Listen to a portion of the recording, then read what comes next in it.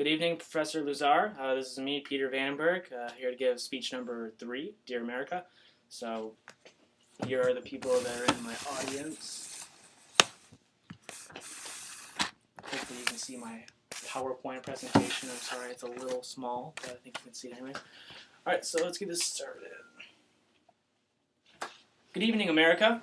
I apologize for the interruption. I'm sure you'd be far better served or more interested watching Jersey Shore or the episode of Bill O'Reilly's show that you're interested in right now. But if you could excuse my interruption for about just five minutes, I want to tell you something real quick. Okay, so first of all, your government has failed you. It was enacted for the purpose to protect the rights of life, liberty, and property, but instead it uses its power and the wealth it derives from you, its citizens, to take away these rights in these either ivory structures in Washington, D.C. This can clearly be evident by this first graph. What this is this is hard to see, but this is the national gross domestic product, and on this axis is government percentage of GDP overall, so how much government spending is of the percentage GDP. With a few blips as far as the world wars go, it'll go up steadily and steadily and steadily, and it's easy to see it'll probably keep going up. In the next 10 or so years, you can probably predict more wars, more murder, more taxes, and all these things and less freedom. 300 years ago, our founding fathers fought a bloody revolution for the idea, as Patrick Henry espoused, to either liberty or death. Hard to see, that's what it says right there. Basically what I'm trying to tell you is, if you listen to me today and the things that I'm telling you, what we can do is we can avoid a bloody revolution and still keep the freedoms that we still hold dear. Let me start with a simple question. If I was to go to your home or place of business today with a gun and demand that you give me a percentage of your income, this would be thievery, correct? Now I ask you, when the government, every 2 weeks that you get paid, derives a percentage of your income from your paycheck, is that not the same thing? The state will claim that it is voluntary and they're using these things to benefit you, but the truth becomes more obvious when we start asking a few simple questions, such as, has the state ever asked you if they could have that money? Has they ever consulted you how much they should take, or what services you want and which ones you don't want? No, they haven't. But it comes all more eerie when you realize the assumption that what would happen if you decided not to give the state that money? What would you say if you didn't want to give them that money? What would happen? The police would come to your house or place of business with a gun, demanding a percentage of your income that you owe the government.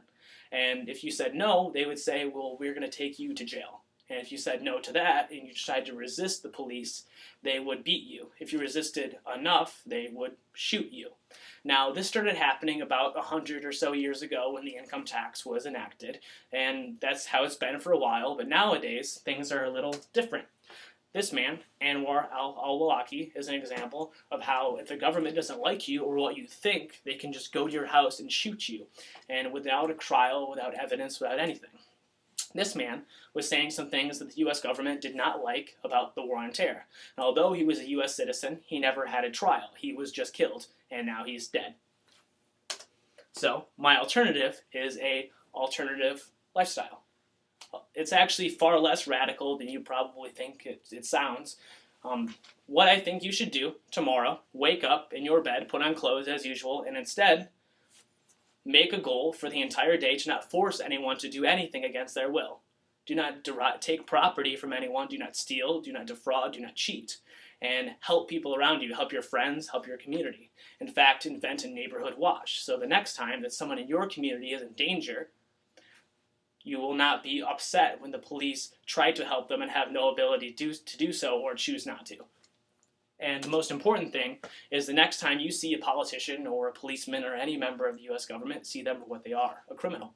This is a picture of a police officer brutally beating a person at an Occupy protest.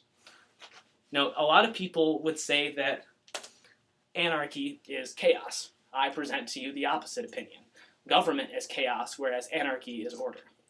A lot of people, including many economists today, propound a theory called anarcho-capitalism, which says that law and order are really just goods the same way that apples and oranges are.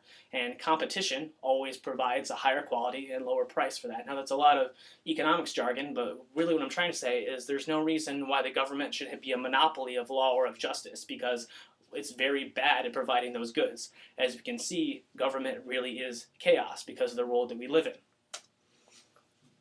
For example, this picture of a child that is watching her father's body after a U.S. soldier blew up her dad in Iraq.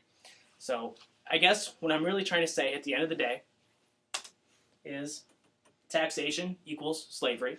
War is murder. You can change words around, but they're really the same thing. And also, the state is really just a monopoly of law and of violence. And when it all comes down to it, Mr. President, I don't believe in you. It's as simple as that. I think that it is completely possible for members of society on an individual by individual basis to change the way that they treat their friends and family and people around them. And that is really all anarchy is. Thank you.